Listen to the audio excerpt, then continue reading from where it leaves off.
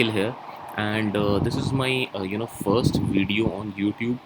So basically, I was trying this small program on Fibonacci series. I felt like this is the most common question which is asked in interviews.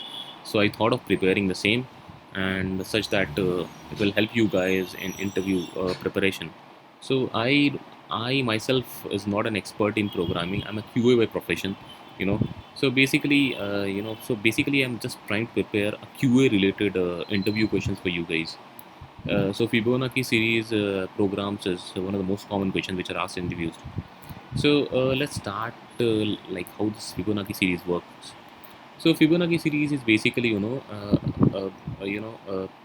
a series of numbers.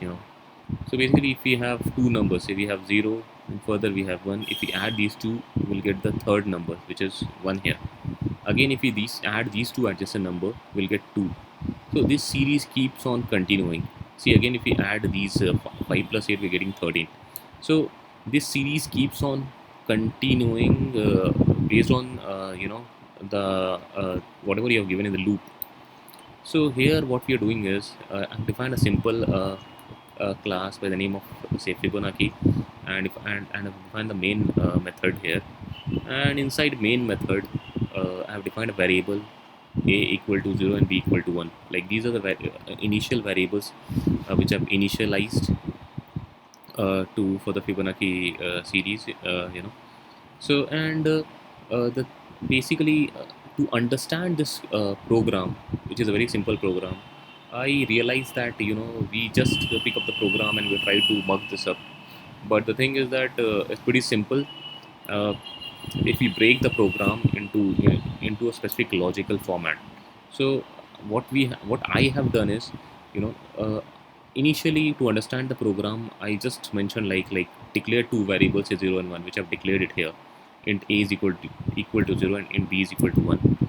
And further, uh, with the logic which Fibonacci series is expecting, what we are doing is we are adding a plus b, these two variables, and we are assigning this particular variable in C.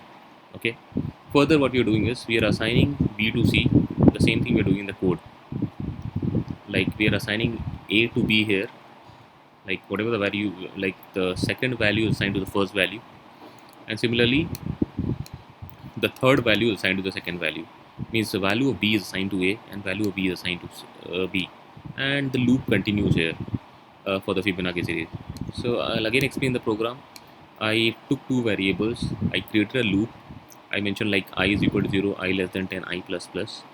Further, I went inside the loop and I'm adding a plus b, and I'm printing C. Now, whatever the value b is there, say this is a and this is b.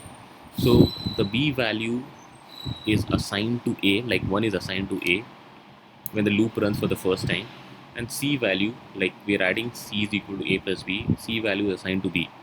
So now the value of b becomes the value of a becomes 1, and the value of c also becomes 1. So now when the second loop, what happens, 1 and 1 gets added to give us 2. Like when the second loop runs, again you perform c is equal to a plus b, then 1 plus 1, value of c becomes 2, and and we are assigning b to a.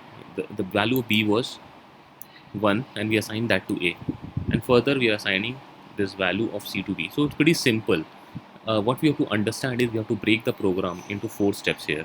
Declare two variables, add the first two variables, assign it to c, and further couple of more assignments we have to do.